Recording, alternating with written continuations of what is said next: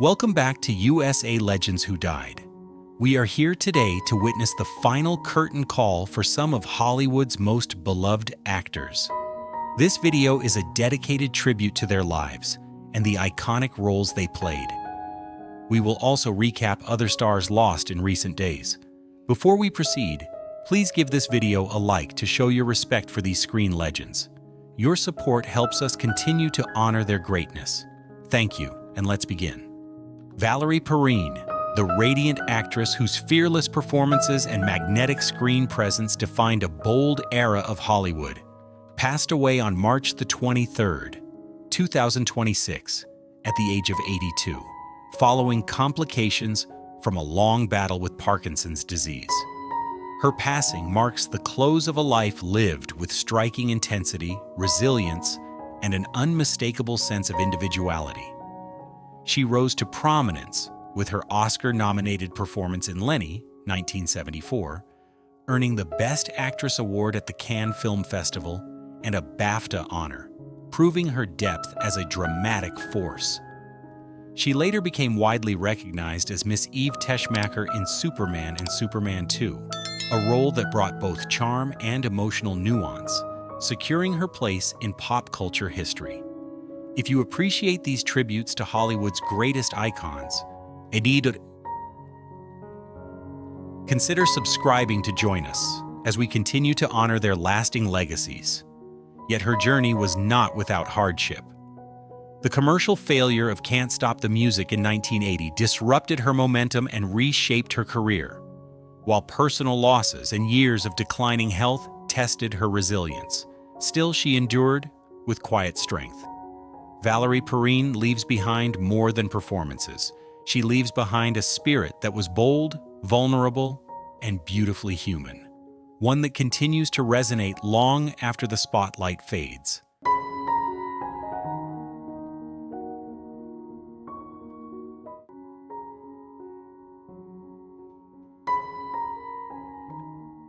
Hirson once said, "It's nice to have an audience," a quiet reflection that now feels like a graceful farewell to a lifetime spent in performance. She passed away on February 14, 2025, at the age of 95, from natural causes, leaving behind a legacy built not on fame, but on enduring presence. For decades, she was a constant in American television, from 26 episodes as Mavis Anderson on Dallas to 28 episodes as Lois Morgan on Ellen, where she stood at the center of a defining cultural moment in 1997. Hirson brought authenticity to every role. Her work in soap operas, including 65 episodes of One Life to Live and 43 episodes of Another World, cemented her as a trusted and familiar figure across generations. Yet her path was shaped by quiet challenges, or she built her career through supporting roles in an industry that rarely celebrates them, sustaining relevance across decades without the recognition often given to leading stars. Hirson did not demand attention. She earned something greater, a lasting connection with audiences, a gentle, steady light that continues to shine long after the curtain falls.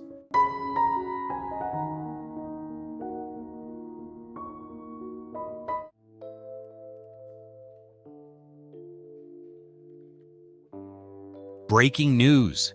Dick Van Dyke was the man who made the world laugh. Yet for much of his life, he was quietly learning how to live with his own silence.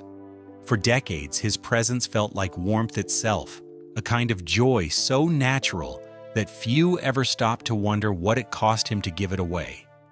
He became a symbol of comfort and safety, but behind that familiar smile lived a story shaped by absence, insecurity, and a longing that never fully left him. The man who made millions feel safe spent a lifetime searching for that same feeling within himself. Born in 1925, during a time marked by uncertainty and economic hardship, his childhood was defined more by distance than connection. His father was often away, his mother carried heavy responsibilities, and within that quiet space, one day, a young boy began to understand that attention had to be earned. He discovered early that laughter could change how people responded, how they stayed, how they saw him. So he learned to offer joy before he ever received it. If you have ever hidden your pain behind a smile, you may already understand the world he grew up in. His early years in entertainment were slow and often invisible. He worked as a radio announcer, speaking into empty airwaves, hoping someone might be listening. He performed in small venues, moved through forgotten stages, and spent years chasing something that always seemed just out of reach. Even in the military, he was not leading from the front, but lifting morale through performance, offering laughter to others, while still searching for his own sense of belonging. He continued not because it was easy, but because stopping meant facing the silence he had always tried to outrun. When success finally arrived, it came not as a sudden breakthrough, but as the result of years of quiet endurance. From Bye Bye Birdie to the Dick Van Dyke Show and Mary Poppins, he became a figure of joy across generations. Yet even as audiences embraced him, a different struggle unfolded behind the scenes. He later admitted that alcohol gradually became part of his life, not out of celebration, but out of necessity. The man who made the world laugh needed something just to feel normal. The louder the laughter became, the quieter his nights grew. When the lights faded and the audience disappeared, he was left alone with the silence he had spent his life trying to escape.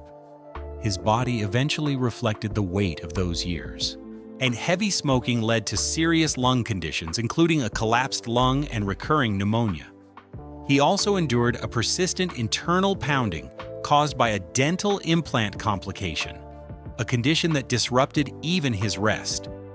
In 2013, at the age of 87, he narrowly escaped a car fire, a moment that brought him face to face with how fragile life can be. It was a reminder that no amount of success can shield anyone from time, from pain, or from the limits of the human body.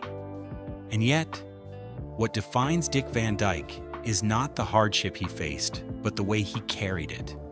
Even as he approaches a century of life, he continues to move, to smile, and to remain present. He no longer lives for applause, but for connection, for quiet moments that once felt distant. In those moments, he found something greater than fame, a sense of peace that cannot be performed, only lived. If his life leaves us with anything, it is this: joy is not the absence of struggle, but the decision to rise above it, again and again. And if his laughter ever reached you when you needed it most, then perhaps his story is not just something to remember, but something to carry forward. Because sometimes, the people who give the most light are the ones who spent the longest time learning how to live in the dark.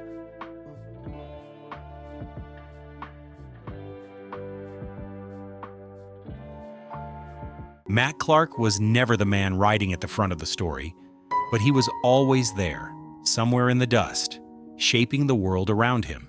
He passed away on March 16, 2026, at the age of 89, following complications from back surgery after a serious injury, closing a career that quietly defined an era of American filmmaking.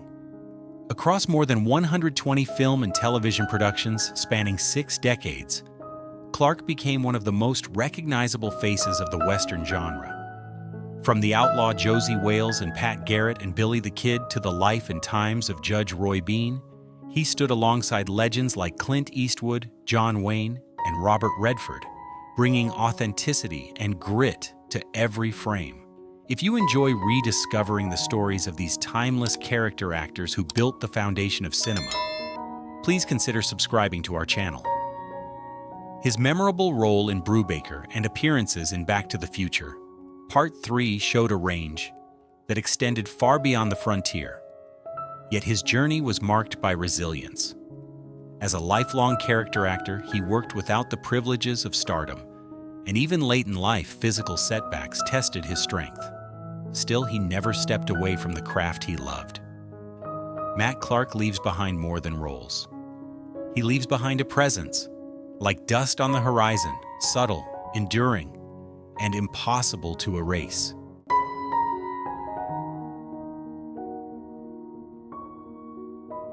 Do what I'm doing, and I think that's kind of the way a lot of people feel at this thing tonight.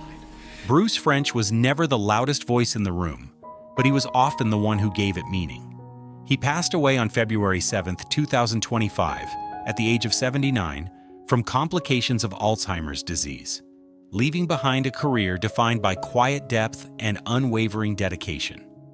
Across more than 150 roles in film, television, and theater, French became a familiar presence whose strength lay in subtlety.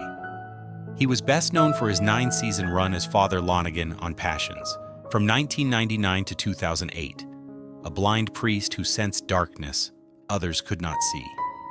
Beyond that, his work stretched across acclaimed series like The West Wing, Grey's Anatomy, and multiple Star Trek productions, while his heart always remained rooted in the theater, where his performances were often considered his finest. His journey was shaped by patience and resilience. In an industry drawn to louder names, French built a lasting career through character roles. Even as illness in his later years quietly dimmed his strength, Bruce French leaves behind something rare, not just performances but a sense of humanity, gentle, steady, and deeply felt, like a voice that lingers long after the words are gone.